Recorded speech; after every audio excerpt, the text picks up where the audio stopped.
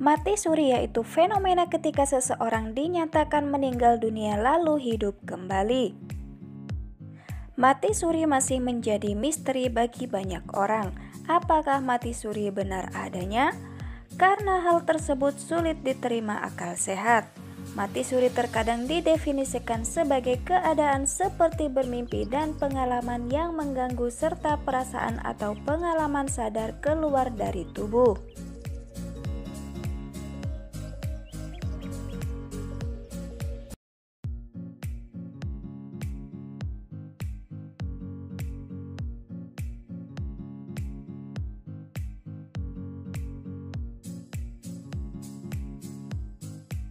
Dan inilah 6 pengalaman nyata orang-orang yang mengalami mati suri. Melihat manusia berdosa disiksa. Aslina adalah seorang mahasiswi sekolah tinggi agama Islam Bengkalis, Riau. Pada tahun 2006 silam, Aslina yang masih berusia 25 tahun dinyatakan meninggal oleh pihak dokter yang menanganinya. Sebelumnya Aslina memang mengidap penyakit gondok sejak usia 20 tahun. Dirinya menghembuskan nafas terakhir di depan pamannya yang mengantarkannya ke Jakarta dengan tujuan awal pengobatan yang lebih baik. Sebagai yatim piatu, Aslina memang tinggal bersama keluarga pamannya. Ketika menghembuskan nafas terakhirnya, Aslina mengaku merasakan ada malaikat pencabut nyawa yang memegang kaki kanannya lalu mengangkat jiwanya keluar dari tubuh. Ketika sudah keluar dari tubuhnya, Aslina tersadar dan bisa melihat paman, dokter, dan jasadnya sendiri dalam ruangan rumah sakit itu. Kemudian 2 malaikat dengan berpakaian putih. Jantung Aslina berdegup kencang ketika mendengar suara menggema dari salah satu malaikat itu. Aslina pun dibawa oleh kedua malaikat itu. Ketika berjalan bersama mereka, Aslina melihat banyak sekali orang yang disiksa oleh makhluk tinggi, besar, hitam, dan dipenuhi bulu. Siksaan mulai dari seorang laki-laki yang memikul besi berat di punggungnya. Kemudian tubuh seseorang yang terus-menerus dihujam besi.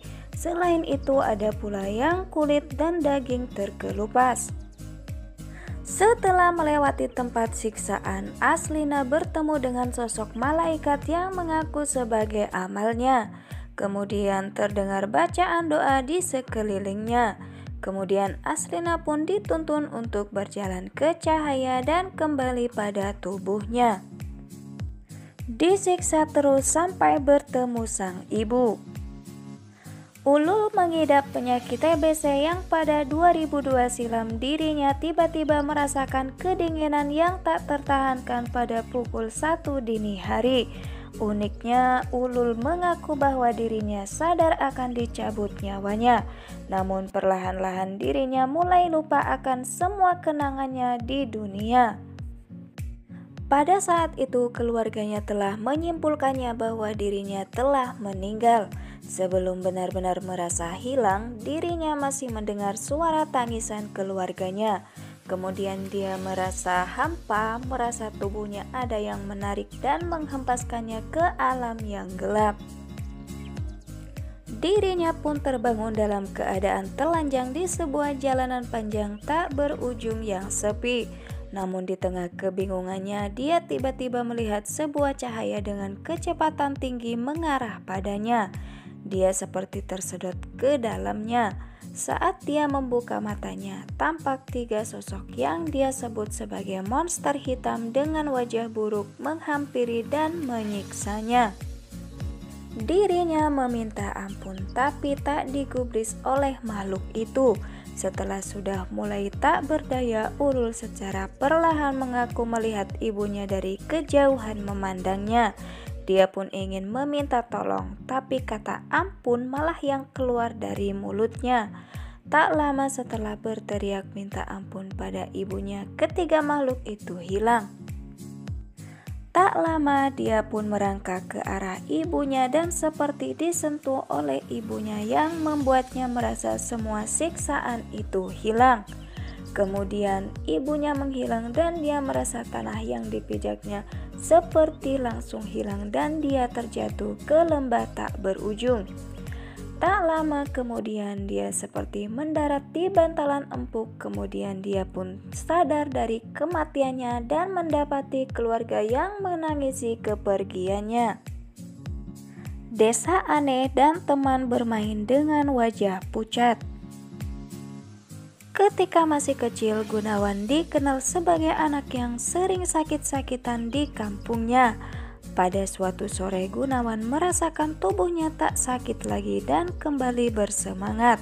Kemudian dia pun mengajak kakak dan beberapa temannya di kampung untuk bermain di tepi desa dekat dengan sebuah aliran sungai.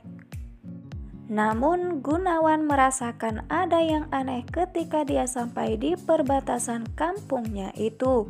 Melihat sekeliling dia seperti tak mengenali kondisi desanya yang sangat sunyi dan dipenuhi kabut. Kakak dan teman-temannya pun hanya berdiri diam dengan wajah pucat.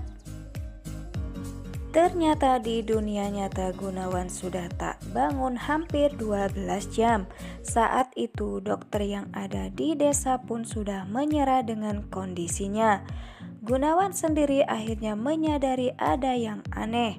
Tiba-tiba salah satu temannya itu mengajaknya untuk meneruskan permainannya, tapi dia menolak. Mendengar hal tersebut, kakak dan teman-temannya hanya menatapnya kosong.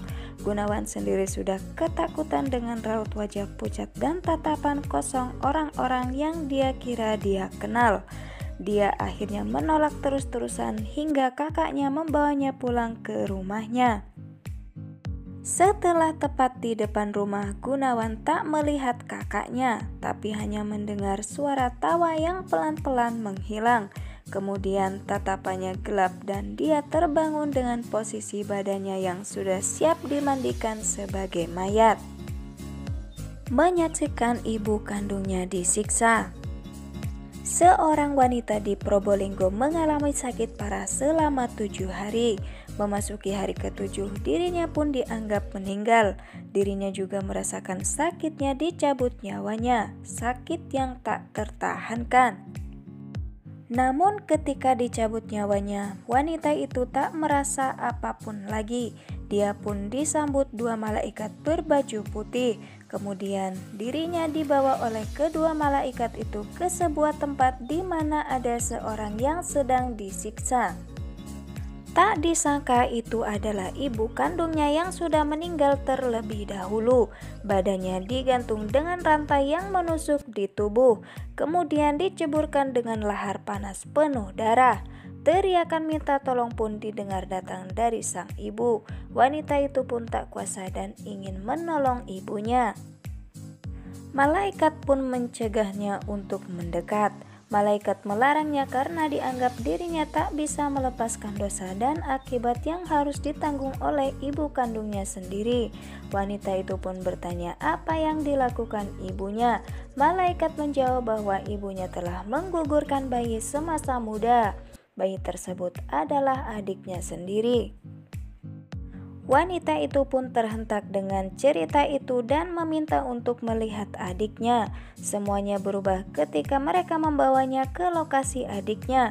Namun ketika dia ingin mendekat, tiba-tiba suara menggema terdengar dan tubuhnya tertarik ke belakang kemudian seperti terjatuh. Tak lama dia pun tersadar dan melihat kondisinya yang sudah mau dimandikan oleh pihak keluarganya.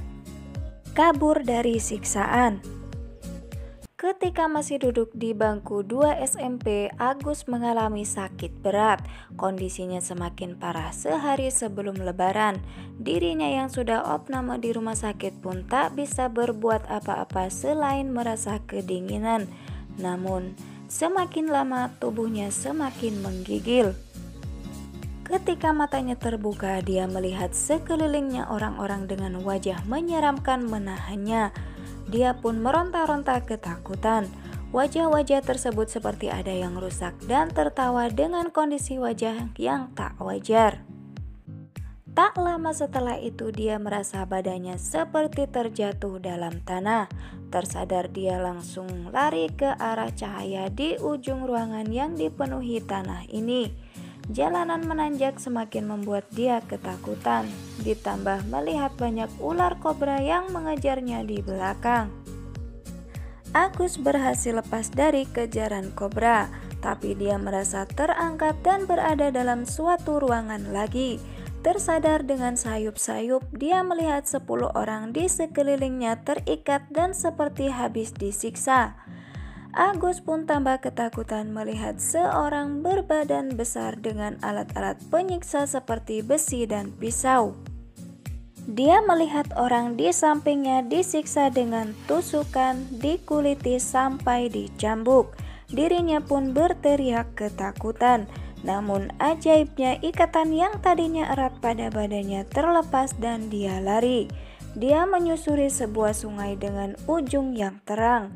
Saat sampai di ujung pandangannya kabur, kemudian dia sadar berada dalam sebuah ruangan lagi. Keluarga mengatakan sudah mengikhlaskan kepergiannya karena selama 10 jam dia sudah tak bernafas. Tidak sopan di Parangtritis. Seorang komedian bernama Bopak Castello pernah mengalami mati suri. Dirinya mengaku hal tersebut terjadi akibat kesalahannya sendiri.